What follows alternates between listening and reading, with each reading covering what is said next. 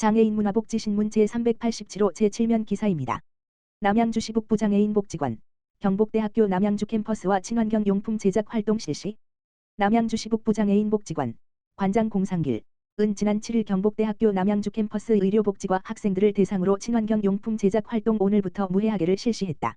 이번 오늘부터 무해하게 활동은 최근 이슈가 되고 있는 전 세계 기후변화에 대한 경각심을 일깨우고 환경 문제에 민감하게 대처하는 사회의식을 가질 수 있도록 마련됐다.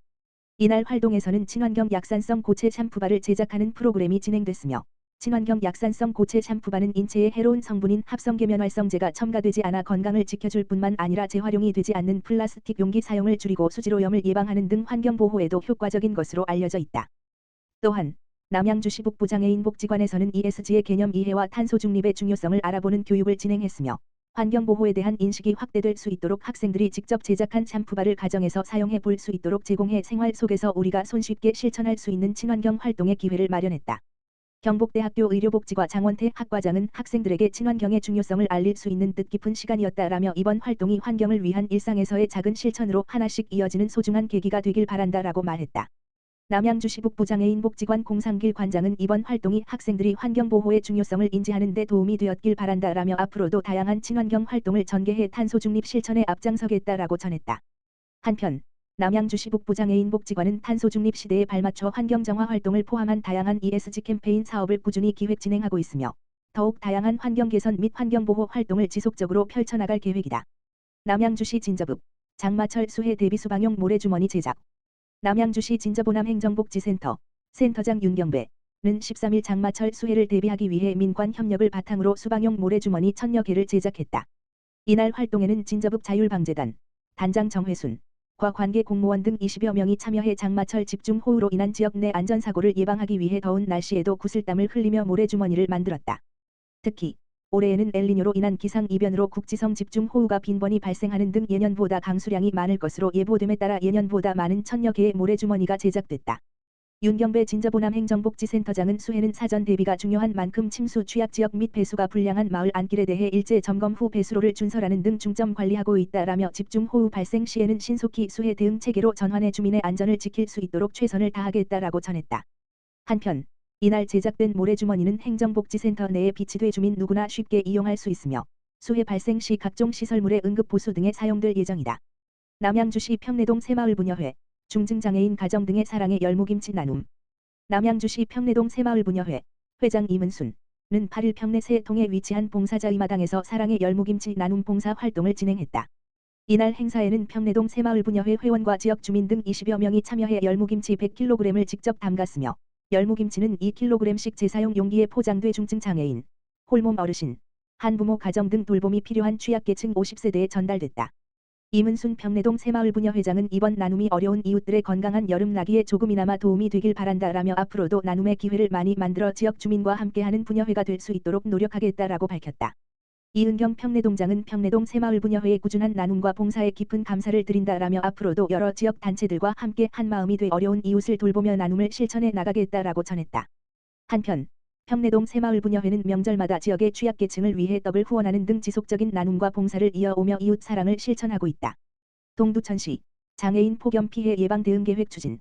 동두천시 시장 박형덕은 5월 20일부터 9월 30일까지 폭염 대책 기간으로 정하고 장애인들의 안전과 건강을 고려하여 장애인 폭염 피해 예방 대응 계획을 수립하여 추진한다고 밝혔다.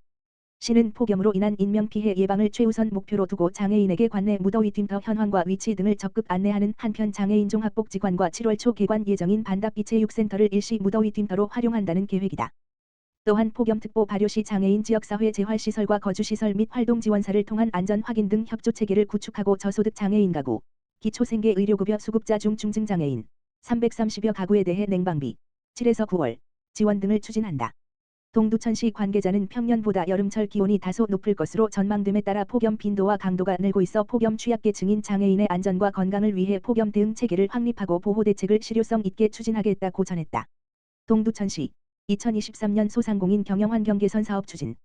동두천시 시장 박형덕는 영세 소상공인의 경쟁력 강화와 안정적 경영활동 유지를 위해 관내 소상공인을 대상으로 경영환경 개선 비용을 지원한다고 밝혔다. 한국생산성본부에서 위탁 수행하는 이 사업은 공고 마감일 기준 창업 6개월 이상 영업 중이며 전년도 매출액이 10억 원 이하인 관내 소상공인을 대상으로 52개 업체 내외를 선정해 지원한다. 단, 최근 3년간 유사 과제 수혜자, 대기업이 운영하는 프랜차이즈 가맹점, 사치향락업종, 골프장, 무도장, 유흥주점, 융자 제한 등 재보증 제한 업종, 투기, 저해업종 등 휴폐업 사업자, 무점포 사업자 등은 신청할 수 없다. 선정된 사업자는 홍보물 제작 지원 5개 간판 교체 인테리어 개선 상품 배열 개선 안전위생 설비 지원 POS 경비 지원 분야 중 공급가액의 90% 최대 300만 원까지 지원받을 수 있으며 공급가액의 10% 및 지원 한도 초과분 부가세는 본인이 부담해야 한다. 신청을 희망하는 소상공인은 동두천시청 홈페이지 공지사항 또는 한국생산성본부 홈페이지 공지사항에 올라온 사업 신청 서류를 내려받아 7월 3일부터 7월 11일까지 동두천 고용복지 플러스 센터 3층 회의실, 동두천시 364로 984, 서경코아 3층로 방문 신청하면 된다. 박형덕 동두천시장은 경기 침체로 어려움을 겪고 있는 소상공인들에게 점포 개선, 맞춤형 컨설팅 지원 등의 다각적 지원을 통해 지역 상권 활성화를 이룰 수 있도록 노력하고 있다며 앞으로도 소상공인 사업 경쟁력 강화를 위한 다양한 지원책을 적극 발굴해 추진하겠다고 밝혔다. 동두천시 시민불편 애로사항 시장이 직접 상담해 드립니다. 동두천시 시장 박형덕은 오는 6월 28일 보산역 1층에 위치한 두드림마켓 앤드 북카페에서 6월 중 현장 출동, 시장이 시민을 찾아갑니다를 개최한다.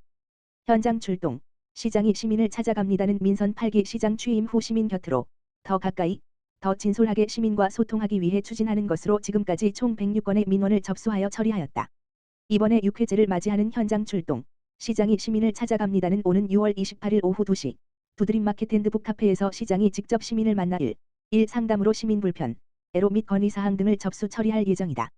박형덕 동두천시장은 앞으로도 시민과의 대화로 문제 해결 방안을 모색하여 더 나은 동두천을 만들고 시민과 격에 없이 소통하는 시장이 되겠다라고 소통행정 실현을 위한 의지를 밝혔다.